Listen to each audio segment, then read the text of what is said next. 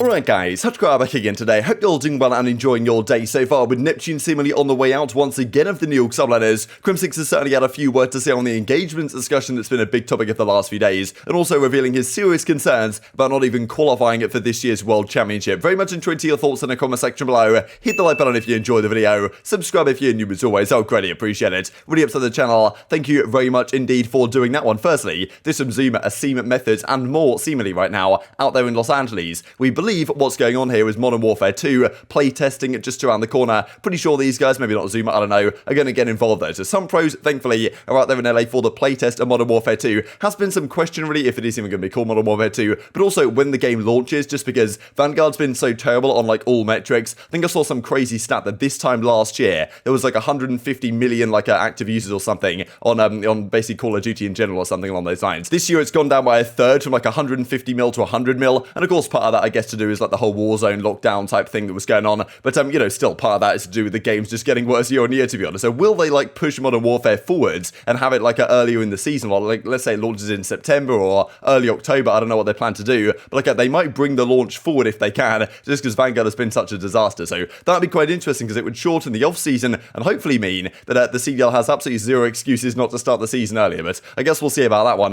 Hopefully the game is good though, and maybe if the pros have any feedback on it, some things can actually change, and hopefully it's better than last time. I'm not holding out all that much hope, but I guess we'll see what happens. This then from Daniel Sire over at the CDL. We've talked all about this Berlin control map. Will it get added? Will it not? Seemed like the pros and basically the coaches, general managers were very much on board with Berlin control coming through. Of course, frustratingly, there's no other map that's been added yet that really seems to be viable for anything else other than control. We're gonna have to go back to another Berlin, but like I don't mind it, right? 3 maps is certainly better than 2 maps, as he says right here. We've been eager to add new maps to our competitive rotation. The pros have been testing map viability for the past few weeks. Berlin control is coming through for challenges this upcoming weekends, and of course the Pro-Am Classic at the start of May. This is a legitimately confirmed map rotation update. Berlin control is officially in business. So yes, Berlin, probably, at least from the pros perspective, the best map for all game modes, and it's coming in for control as well. There were some spawn changes that now have made it viable. Has been some thoughts as well. When's it coming to League play? Lawrence Metten says it's gonna come to ranked play relatively soon indeed. So seems pretty good. Of course, the frustrating part is we don't have another map that's coming as of yet. And this also I thought was interesting from the COD League. Some people were talking about this. We'll see you on the docks with their kind of sunglasses emoji. I imagine all they're talking about here is the fact that, of course, on Berlin, there is kind of the dock side of the map. There are basically some docks there. But, you know, still, at the same time, people are looking at this thinking, okay, London docks, right? That was the World War II-esque map. And in a way, the kind of design of the docks on Berlin is rather similar to what it was on London docks back in the day. But still, London docks probably the best map in that game, World War II, right? And we were kind of expecting, and there were some rumors even before this game came out, that it was going to make a return as a DLC map, effectively. We haven't seen that so far this season. Maybe COD League knows something we don't, but look, it needs to be added soon if the pros actually want to play this for stage 4, stage 5, whatever, for the rest of the season, because docks in theory could be great if they don't ruin it with doors, but you know, hopefully we're not stuck with just these maps for the rest of the year. But seems like we might well be, to be perfectly honest. But 3 control maps is definitely a big step in the right direction, because in addition to all the talk that can be had on, okay, who does this help, who does this kind of hinder, like at Los Angeles, Guerrillas saying they're pretty good at Berlin all across the board, at least in this series they played up against what Boston Breach are calling the Berlin Breach, but still, Tuscan and Kavutu, those have been the only 2 control maps so far. One of them is pretty much AR favored, one of them is SMG favored, right? Berlin might be somewhere in between, might be more AR favored, who knows? But what it did really mean is if you win the coin flip,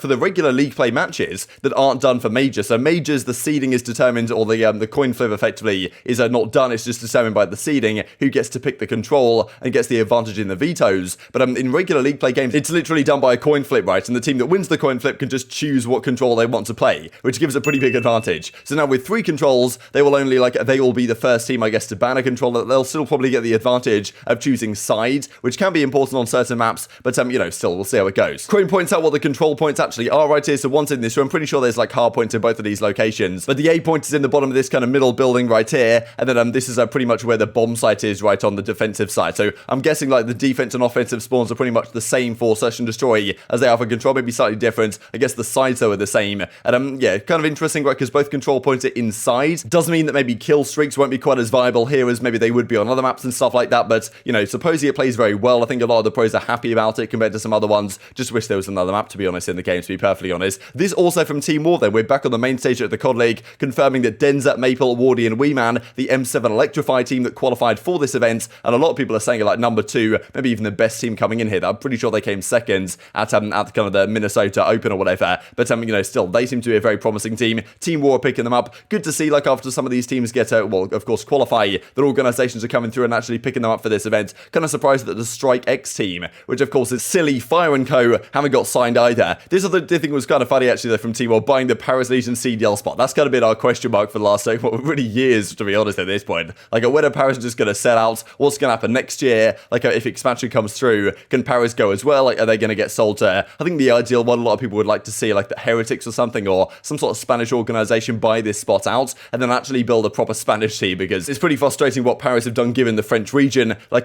probably French fans hate Paris more than the rest of us do, just because like, they've kind of disrespected some of the players that I suppose they could have signed. Speaking, I guess, of one of the French players that's now on the subliners, none other than Hydra, their team released kind of like a mini no-pressure documentary thing last night. A lot of this dates back to quite some time ago, but some of the words we've seen here are very interesting indeed. So, as subliners point out, of course, this is kind of going back to the days when they had Royalty briefly, then really when Neptune came back in very briefly, like Royalty went out, Neptune came back through, and then right after a tragic series loss to the Mutineers, we'll look at it in a second, they then get rid of Clayster and like make the big switch up, right, bring in Porlex, and since then, like, well, they've obviously taken some steps, but seemingly not enough steps that they want to move in the right direction of. And that's the thing, Neptune, seemingly there's been some internal conflict with him, initially with Clayster, right, like I'm talking about playstyle and engagements, this type of stuff. Like, Neptune had a few words right at the start of the season when he got dropped for the first time, the fact that kind of Crim and Clay were forcing him to play roles that he didn't really want to play, wasn't particularly comfortable with, and yesterday, once again, after he seems to have been dropped again in place of Kismet this time, in place of, you know, Royalty the first time around, like he said effectively, like, Crimsix's kind of playstyle, like he's playing very aggressive, means that Neptune can't necessarily do what he wants to do. So there's all that going on at the same time, but also we can kind of see some of the behind the scenes stuff of it right here. And Neptune actually said in his series quite a while ago up against the Mutineers, like, look, I want to run the auto, like I want to be on the flex, let me do this AR thing, put Crimsix on the SMG, and they were like, look, give it a go, but if this doesn't work, no more excuses. This is what Crim has to say on the matter, and also saying that as it's looking right now, Champs qualification might be off the table.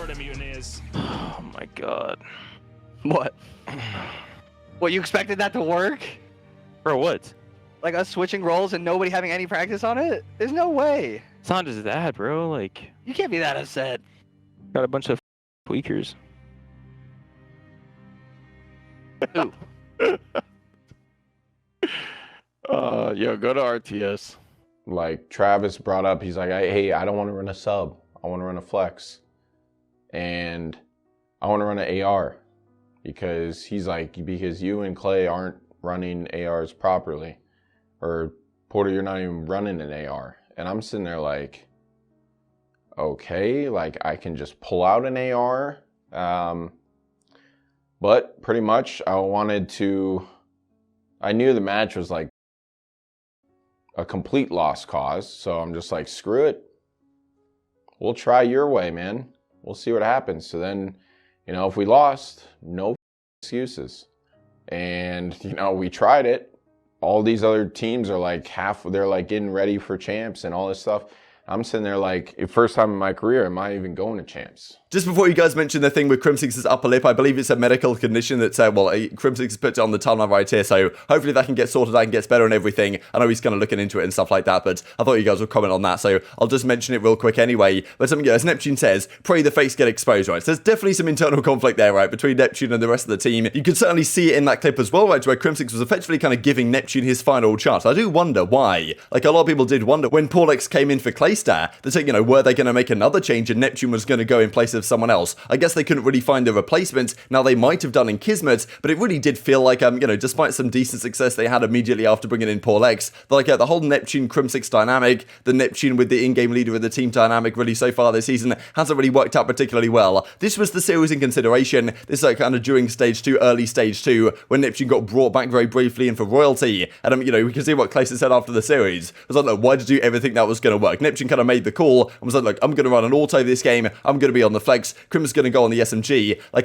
there was no real way that was going to work, you'd imagine, but Neptune gave it a go, and Crim was like, look, the team is so chalked anyway. Let's just do it, prove that he's wrong, and then we can say, like, no excuses for Neptune anymore from this point onwards, right? And these were the final series stats for that one, which weren't particularly pretty. Neptune with the 0.63, Clay with the 0.61, Hydra, Crimsix, I suppose, doing their best, but, you know, if you're getting outslayed like this, you're going to get 3-0, to be honest, at the end of the day. So interesting stuff. And it seems as a result of that series, Crim was like, look, hang on a second in Neptune, and obviously they kept him for a while, well, but now maybe a better option has arrived in Kismet, they're like, well, they're not hesitating to get rid of him, right? Which I guess we could have seen coming for quite some time at this point, to be honest. Now, at the same time, he also had a few words to say about World Championship qualification, right? Crimsix a 3-time world champion, say what you want to say about the Modern Warfare, Mickey Mouse ring or whatever, but he's got 3 world championship rings to his belt at the end of the day. The money still went into the bank account, to be honest, after the Modern Warfare one, the throne and all that kind of stuff they did after season 1 was kind of cool. But yeah, he was kind of saying this year, with especially the way the team was going at the time, of course, that clip was recorded quite some time ago, but even since then, and of course at the major